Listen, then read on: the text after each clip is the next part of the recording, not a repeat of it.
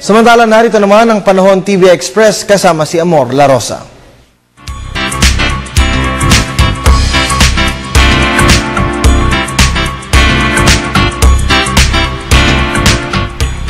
Salamat Kirby, magandang hapon Pilipinas, live mula dito sa Pag-asa Weather and Flood Forecasting Center. Aalamin natin ang ulat panahon sa buong bansa.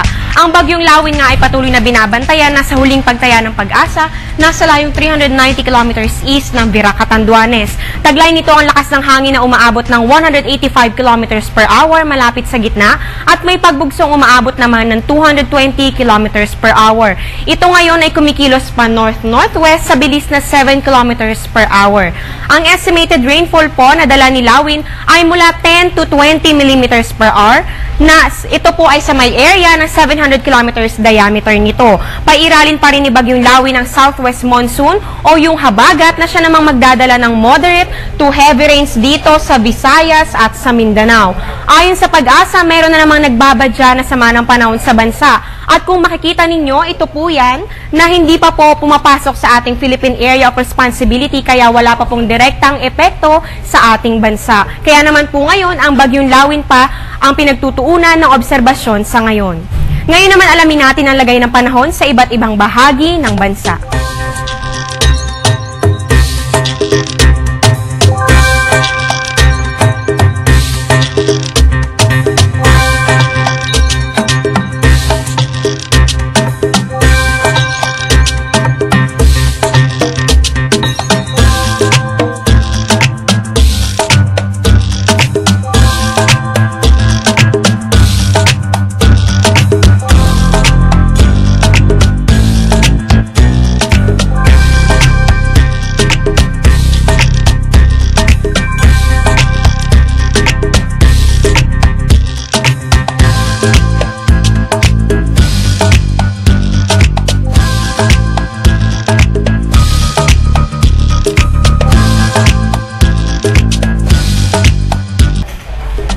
Ngayon po kapapasok lamang po na balita, ito pong hawak ko ngayon ay ang weather bulletin na kalalabas lamang ng Pag-asa.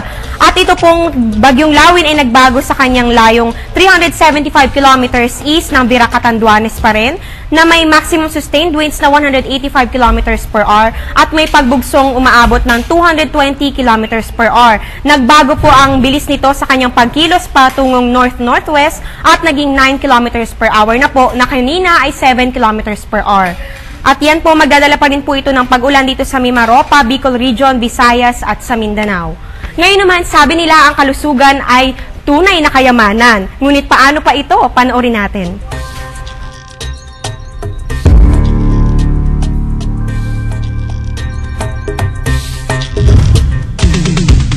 Ang katawan ng tao ay binubuo mula 55 hanggang 80% ng tubig.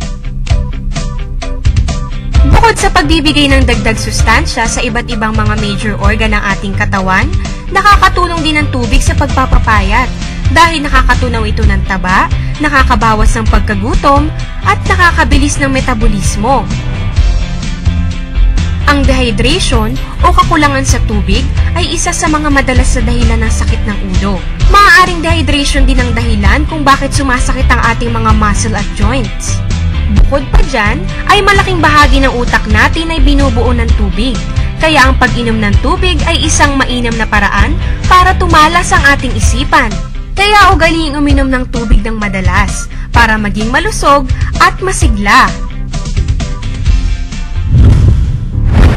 Inuulit ko po, may pagbabago na po sa galaw ni Bagyong Lawin at siya po ngayon inasa 375 kilometers east ng Vira, Catanduanes. Taglay pa rin po niya ang 185 kilometers per hour na lakas ng hangin at pagbugsong 220 kilometers per hour. At ito po ay bahagyang bumilis po ng konti na ngayon ay kumikilos pa north-northwest pa rin sa 9 kilometers per hour na bilis. At yan po muna ang latest mula dito sa Pag-asa. Manatiling nakatutok sa Panahon TV Express kung saan walang pinipiling panahon ang pagbibigay impormasyon. Ako si Amor La Rosa. Magandang hapon.